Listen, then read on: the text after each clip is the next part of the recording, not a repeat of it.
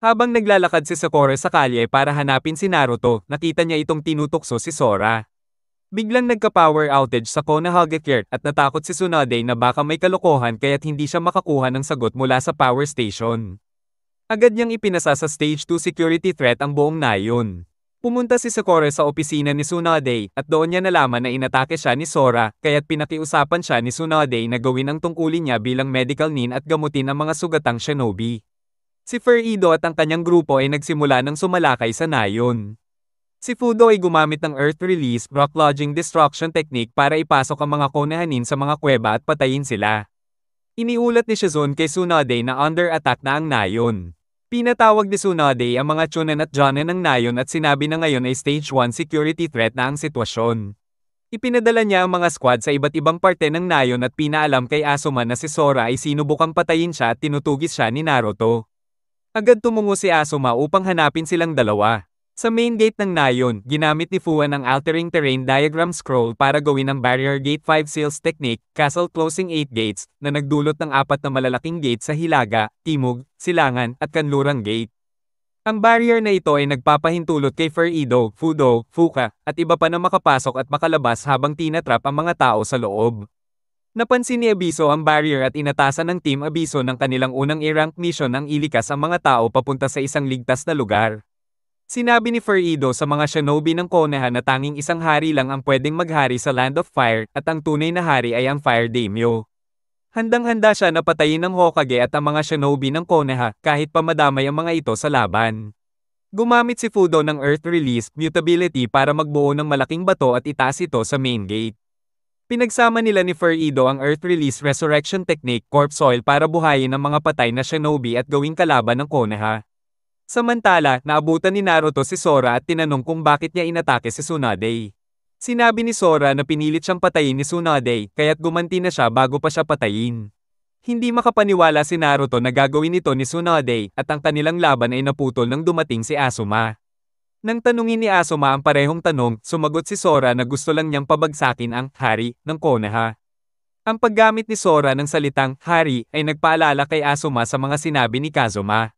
Sinabi ni Asuma kay Sora at Naruto na ang umatake sa nayon ay hindi lang patayin si Tsunade, kundi sirain ang buong nayon.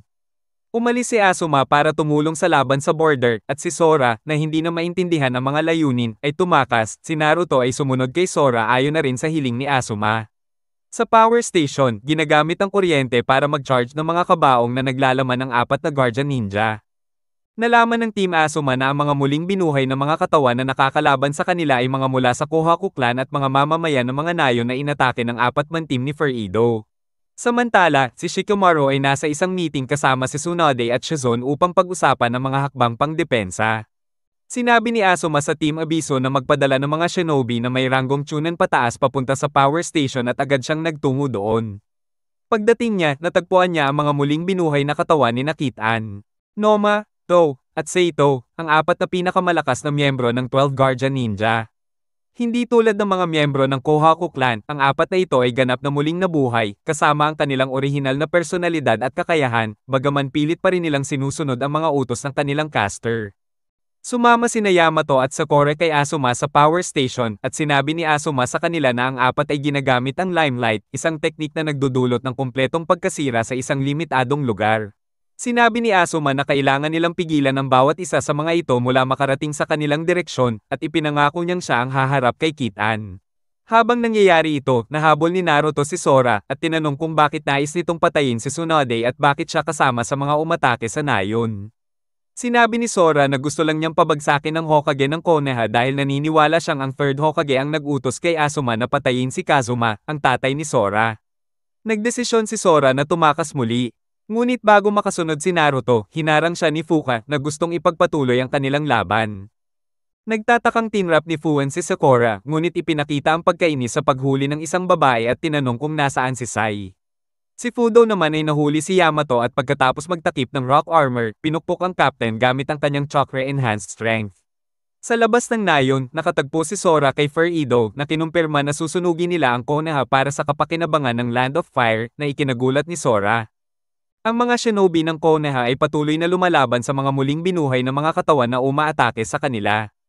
Kahit na hindi mahirap talunin ng mga bangkay, ang dami ng mga ito ay nagpapahirap sa trabaho ng mga shinobi. Samantala, si Naruto ay patuloy na nakikipaglaban kay Fuka na nag-aalok na ipagpapatawad ang buhay ni Naruto kung ibibigay niya ang kanyang katawan.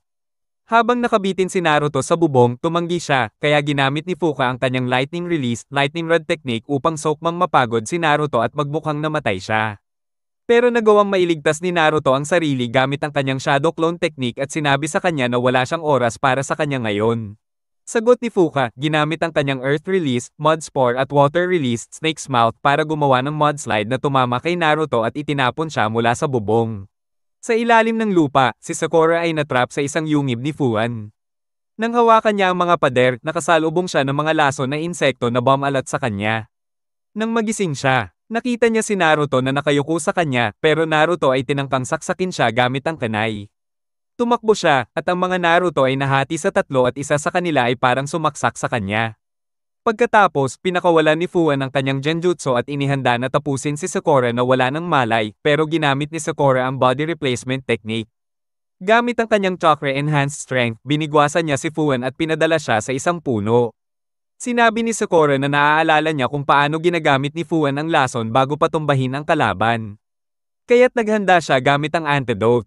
Nang tumayo siya sa ibabaw ni Fuan, pinuno niya ng chakra ang kanyang kamao at tinamaan siya sa tiyan, pinatay si Fuan.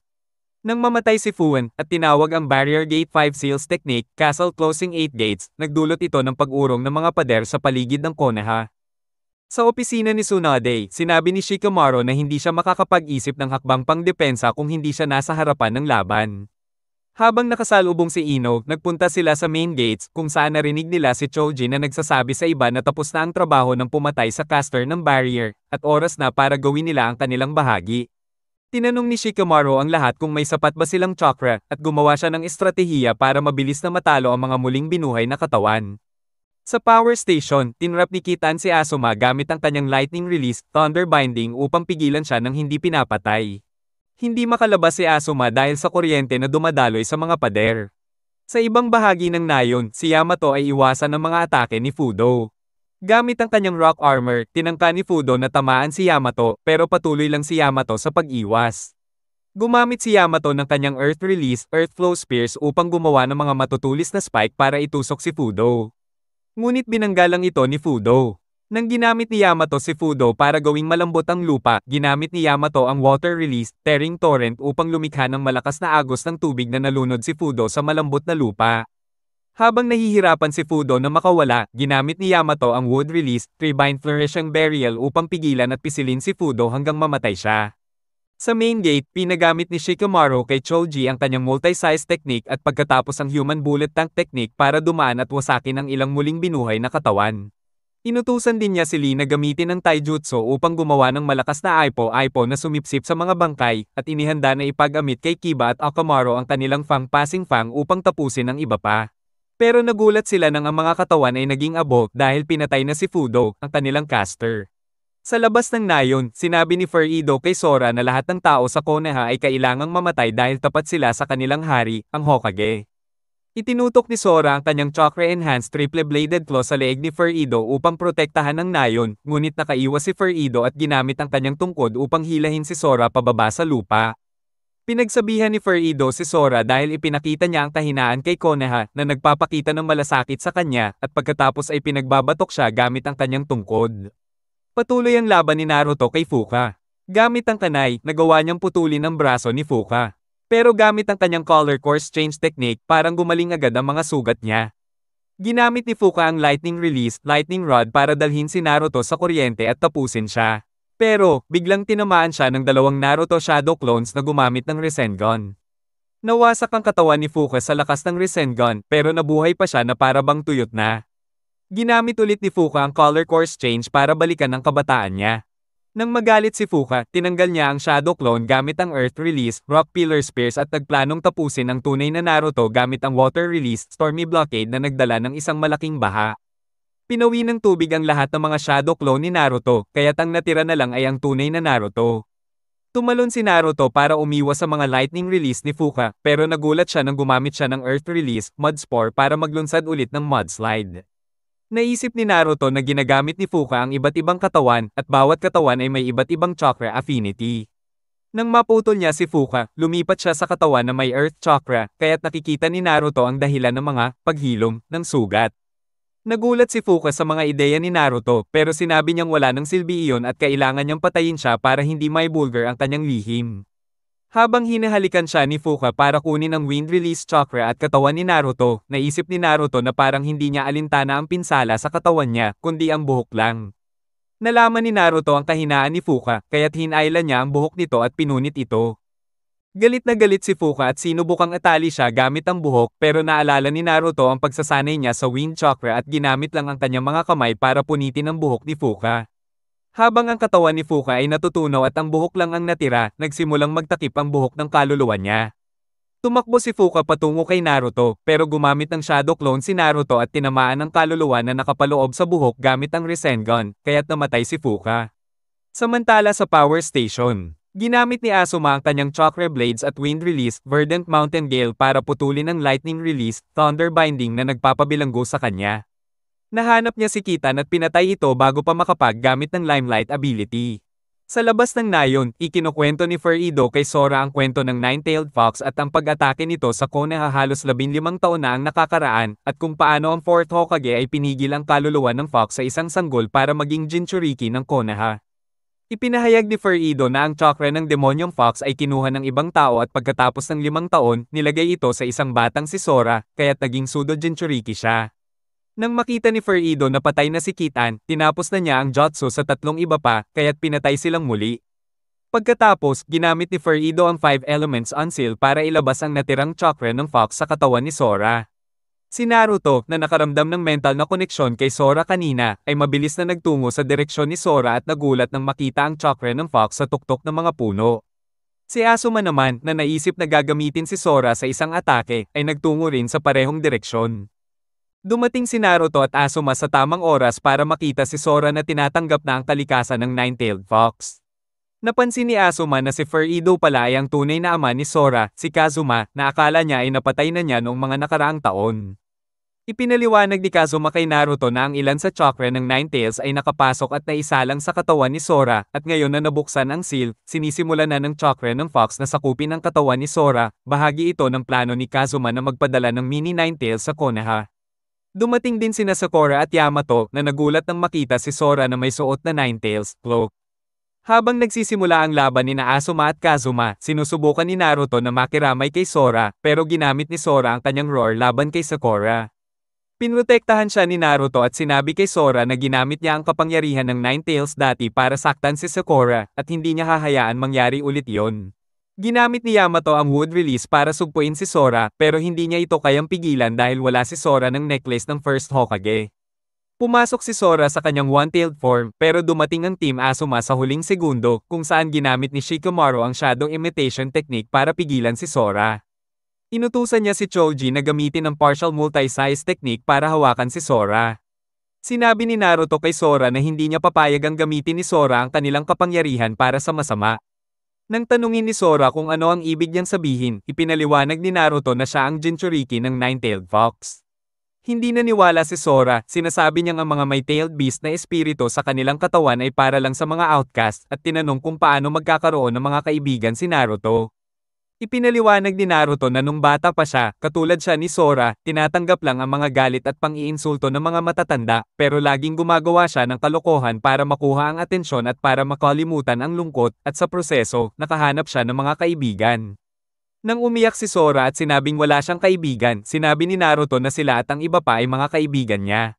Ginamit ni Ino ang Mind-Body Switch technique kay Sora, pero nagpadala si Sora sa Fox Spirit sa loob niya. Kaya't tinamaan si Ino ng sakit at na-dispel siya. Ang sakit mula sa chakra ng Fox ay sinunog ang mga kamay ni Choji, at naubos ang chakra ni Shikamaru kaya nakawala si Sora. Sumabog ang galit ni Sora at pumasok siya sa kanyang three-tailed form. Habang nagpapatuloy ang laban ni Asuma at Kazuma, si Sora ay patuloy na nakikipaglaban sa mga shinobi ng Konoha sa kanyang three-tailed form. Sinubukan ni Naruto na pigilan siya, pero ang galit at puot ng chakra ng Nine-Tailed Fox na nasa loob ni Sora ay nakipag-ugnayan sa tunay na Fox na nakasil sa loob ni Naruto, kaya agad na nag-transform si Naruto sa kanyang one-tailed form. Sinubukan ni Yamato gamitin ang Hokage-style 60-year-old technique Kyokuan entering society with bliss-bringing hands para pigilan ang transformation ni Naruto. Pero hindi ito gumana dahil ang chakra ni Sora ang nagpapasik kay Naruto. Sinubukan ni Naruto na labanan ang kanyang transformation pero habang patuloy na umatake si Sora, naglabas siya ng dalawang karagdagang buntot at pumasok din siya sa kanyang third-tailed form. Habang naglalaban sila, ipinagmamalaki ni Kazuma na nagpapasalamat siya kay Sora dahil nagising nito ang espiritu ni Naruto at sabi niya na ang tunay na Demon Fox ay wawasak sa Konohage Cure. Nang tanungin ni Asuma ang mga motibo ni Kazuma, ipinaliwanag nito na sila ay mga pawn na nagsisilbi sa kanilang hari at gagawin niya ang lahat para sa layuning iyon kahit pagawing sandata ng malawakang pagkawasak ang kanyang sariling anak. Nagsisimula ng matuno ang balat ni Sora habang pumasok siya sa kanyang four-tailed form. Nagsimula ring matuno ang balat ni Naruto pero pinilit niyang pigilan ang transformation gamit ang kanyang lakas ng kalooban, pinagsasabihan ng Fox na lumabas na hindi naman tinawag. Dahil desperado na pigilan ng transformation, ginamit ni Naruto ang isa sa mga nahating pangil mula sa Chakra-enhanced triple-bladed claw ni Sora para tuksohin ang sarili at saksakin ang kanyang binti. Ang sakit na iyon ay nagpatigil sa mga negatibong emosyon na nagpapaandar sa Fox. Bumalik si Naruto sa normal na anyo, ngunit nanatili si Sora sa kanyang four-tailed form. Ang eksenang ito ng pagpapakasakit ni Naruto ay nagbigay gising sa isang bahagi ng sarili ni Sora sa loob ng kanyang four-tailed form, kung saan iniisip niya ang pagiging mag-isa, laging pinapanood ng mga matatandang hindi siya gusto. Narinig niya ang tinig ni Naruto na tumatawag sa kanya. Matapos makita ni Kazuma na nasa four-tailed form na si Sora, sinabi niyang tapos na ang kanyang trabaho at susubukang tumakas, pero tinutugis siya ni Asuma. Sa kagubatan, sinubukang atakihin ni Asuma si Kazuma pero patuloy itong umiwas. Ngunit sa hindi inaasahang pagkakataon, tinali si Kazuma ng 3 ink snakes na ginawa ni Sai na umalis sa ospital nang marinig ang ingay sa buong nayon. Pinilit ni Kazuma na bawiin ang sarili mula sa mga bind ni Sai at sinubukang magtulungan kay Asuma. Pero tinusok siya ni Asuma gamit ang kanyang chakra blades. Nang mamatay si Kazuma, napansin ni Asuma ang puting Land of Fire sash nito na nagpaalala sa kanya ng mga salitang sinabi ni Sora tungkol sa kung paano ang tanging maalala ni Sora tungkol sa kanyang ama ay ang walang dungis na puting sash. Samantala, sinusubukang kausapin ni Naruto si Sora pero patuloy itong umatake sa kanya. Sinubukan ni Sakura na tumalon at gamutin siya, ngunit naglabas si Sora ng isang tailed beast ball. Habang pinoprotektahan ni Yamato ang kanyang sarili, ang Team Asuma, si Kiba, si Akamaru, at si Rock Lee gamit ang kanyang wood release, wood locking wall, pinatungan ni Naruto si Sakura para protektahan siya. Sinabi niya kay Sakura na maghintay hanggang sa masave niya si Sora mula sa espiritu ng Nine-Tailed Fox at hiningi kay Sakura na gamutin siya muna. Gayunpaman, hindi kayang i-hold ni Sora ang chakra ng Fox, kaya tinanggal ito ng katawan ni Sora at naging isang halimaw na ulo ng Fox. Ngunit dahil wala itong katawan upang magamit, nawala rin ng chakra. Si Sora ay naibalik sa kanyang normal na anyo, ngunit nawala ng malay.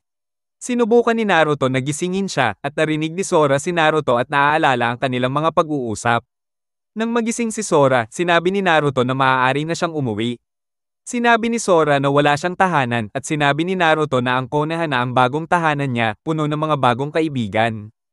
Ang ibang shinobi ng Konoha ay lumapit kay Sora at ngumiti, at si Sora ay naramdaman ng kaligayahan sa unang pagkakataon sa kanyang buhay. Pumunta si Sai at nagtanong kung pwedeng sumama, pero tinanggihan siya ni Naruto, kaya't nagtawanan sila lahat. Matapos silang ma-discharge sa ospital, sinabi ni Sora kina Naruto, Sakura, at Yamato na aalis siya sa Konoha upang maglakbay sa mundo at subukang makipagkaibigan. Sinabi niya kay Naruto na naisip na niya ang pangalan na ibibigay sa kanya sa kabilang buhay. Naikinainis ni Naruto, nakakaalam lang kung anong ibig sabihin ng kabilang buhay. Pero, hiningi ni Sora na iparating kay Naruto ang kanyang mga pagbati kay Asuma. Sa ibang lugar, naglalaro ng shogi sina Asuma at Shikamaru at pinag-uusapan ng hari ng Konoha. Sinabi ni Shikamaru na ito ay ang Hokage, at sinabi ni Asuma na dati rin niyang iniisip iyon, ngunit darating ang araw na matutunan ni Shikamaru na iba ang sagot. Sa ibang lugar, 2 miyembro ng Akatsuki, sina Hidan at Kakuzo, ay tinutugis ang isang babae sa Kamoga Cure. Sinubukang atakihin ni Hidan ang babae gamit ang kanyang triple-bladed side, pero hindi siya tinamaan, at binanggit ni Kakuzo sa kanyang kasama na huwag maliitin ang babae dahil siya ay ang Jinchuriki ng Two Tails.